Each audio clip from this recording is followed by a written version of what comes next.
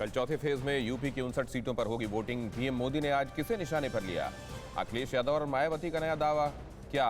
Election से जुड़ी बड़ी खबरों के लिए देखिए यूपी का युद्ध। बहराइच में पीएम मोदी ने रूस यूक्रेन विवाद पर कहा कि इस समय दुनिया में कितनी उथल पुथल मची हुई है। ऐसे में आज भारत का ताकतवर होना देश और दुनिया के लिए बहुत जरूरी है। आपका एक एक वोट भारत को मजबूत करेगा। बहराइच में पीएम मोदी ने कांग्रेस को दलित विरोधी बताया। उन्होंने कहा कि कांग्रेस के जाने के बाद बाबा साहेब को भारत रत्न मिला। पीएम मोदी ने दावा किया कि परिवारवादियों का जाना तय है। रानीगंज, कोराम और प्रयागराज की रैलियों में अमित शाह ने कहा कि किसानों को अगले 5 साल तक बिजली फ्री में मिलेगी। अखिलेश यादव अच्छे गेंदबाज नहीं है, फिर एक बार बीजेपी की सरकार बना दीजिए।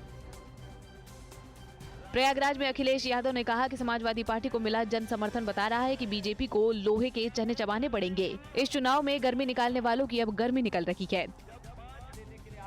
अयोध्या में सीएम योगी ने कहा कि भव्य राम मंदिर का वादा बीजेपी ने निभाया है, तो दूसरी तरफ आतंकियों के साथ संवेदना रखने वाली समाजवादी पार्टी है।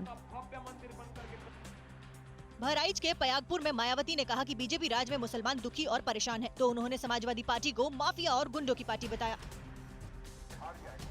बलिया की रैली में राजनाथ सिंह ने कहा कि पुलवामा हमले के बाद पीएम मोदी ने 10 मिनट में सर्जिकल स्ट्राइक का फैसला लिया था। बीजेपी हर कसौटी पर खरी उतरी है, एक मौका और दीजिए।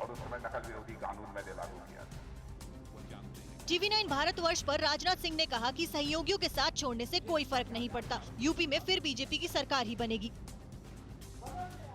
देवरिया के रुद्रपुर में जेपी नड्डा ने युवाओं को रोजगार देने का भरोसा दिया। उन्होंने कहा कि इस साल के बजट में पीएम मोदी ने 60 लाख नौकरियों का इंतजाम किया है।